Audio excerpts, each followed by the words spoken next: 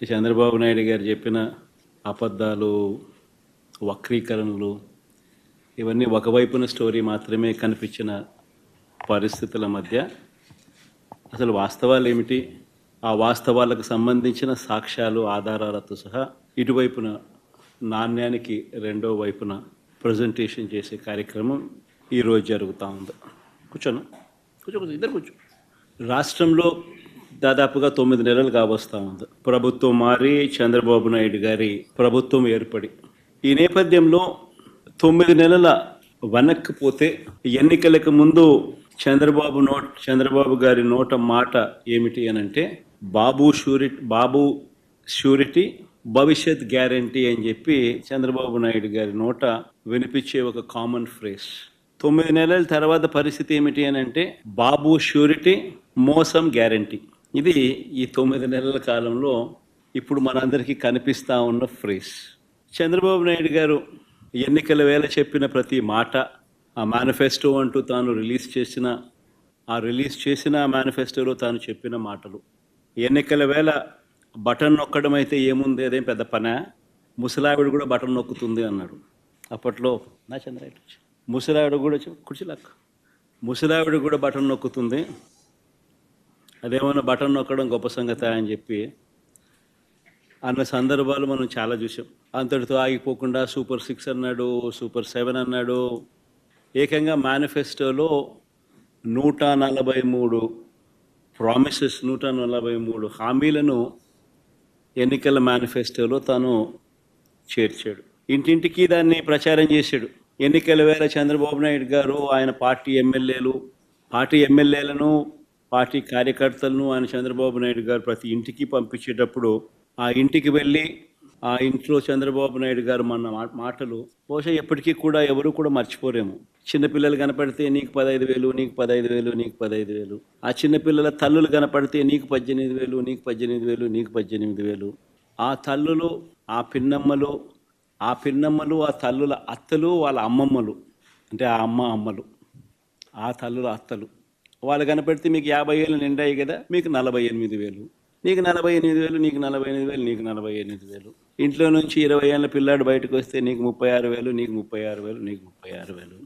ఇంట్లో నుంచి రైతు కనిపిస్తే, కండువా వేసుకుని రైతు కనిపిస్తే నీకు 20,000, నీకు 20,000, నీకు 20,000. ఇది రొటీన్గా మనకు వినిపించిన మాటలు ఎన్నికలప్పుడు. ఈనాడు చూసినా, ఆంధ్రజ్యోతి చూసినా, TV5 చూసినా, వాళ్ళ ఇళ్ళట్లో నుంచి వచ్చే మాటలు విన్నా, ప్రతి ఇంట్లో రొటీన్గా కూడా ఇవన్నీ కూడా మనకు వినిపించే మాటలు. ఇవే కాకుండా ఈ హామీలన్నిటికీ గ్యారంటీ ఇదిగో బాండ్లు అని చెప్పించారు. బాండ్లు, హామీలకు గ్యారంటీ అంటూ ఇంటింటికి బాండ్లు కూడా పంచారు. అమలు చేయలేకపోతే ఏమన్నారు, అమలు చేయలేకపోతే చొక్కా పట్టుకోండి అన్నారు. అమలు చేయలేకపోతే చొక్కా పట్టుకుని నిలదీయండి అని కూడా అన్నారు. ఇప్పుడు వీరు ఇచ్చిన బాండ్లు ఏమైనాయి, ఇప్పుడు వీరు చెప్పిన మేనిఫెస్టో హామీలు ఏమైనాయి, వీరు పంచిన పాంప్లెట్స్ ఏమైనాయి, ఎవరి చొక్కా పట్టుకోవాలి? ఈ 9 నెలల కాలంలో చంద్రబాబు నాయుడు గారి పాలనలో మనం చూస్తూ ఉన్నది ఇది.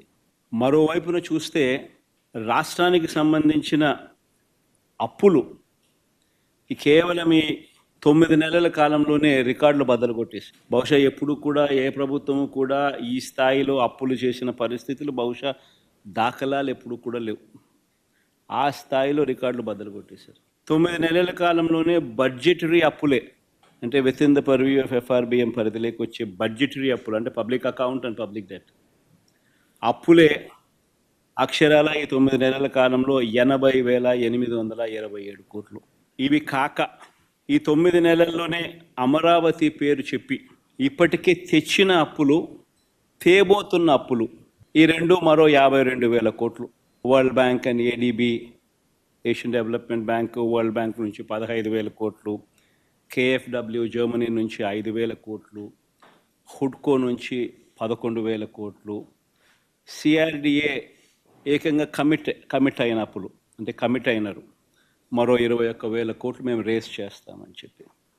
సో చేసిన అప్పులు, చేయబోతా ఉన్న అప్పులు, రాజధాని పేరు చెప్పి మరో 52,000 కోట్లు.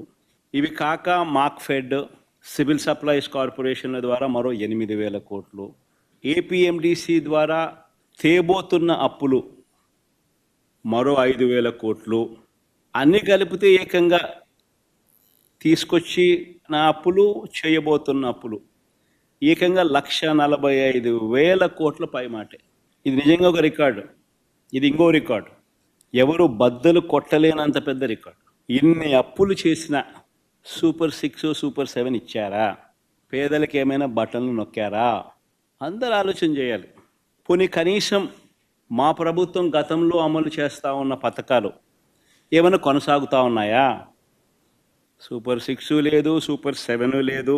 మా ప్రభుత్వం అమలు చేస్తూ ఉన్న గతంలో అమలు చేస్తూ ఉన్న పథకాలు పిల్లల చదువులకు అవసరమైన పిల్లల చదువులను ప్రోత్సహిస్తూ, ఆ తల్లులను ప్రోత్సహిస్తూ, ఆ పిల్లల చదువుల కోసం ఆ తల్లుల కోసం ఇస్తా ఉన్న అమ్మఒడి పాయే, రైతన్నలకు తోడుగా నిలబడే రైతు భరోసా పథకం పాయే, వసతి దీవెన పాయే, విద్యా దీవెన అరకొర, చేయూత లేదు, ఆసరా లేదు, సున్నా వడ్డీ, ఆరోగ్యశ్రీ పూర్తిగా కూడా యగనామమే, వాహనమిత్ర, నేతన్న నేస్తం, మత్స్యకార భరోసా, కాపు నేస్తం, ఈబీసీ నేస్తం, చేదోడు, తోడు, లానేస్తం అన్నీ గతంలో ఉన్న పథకాలన్నీ కూడా పాయే. పిల్లలకు ట్యాబులు ఇచ్చే కార్యక్రమం కూడా పాయే. మరి నేను అడుగుతా ఉన్నా, 1,45,000 కోట్ల రూపాయల అప్పులు చేసినవి చేయబోతున్నవి ఎవరి జేబీలోకి పోతా ఉన్నాయి?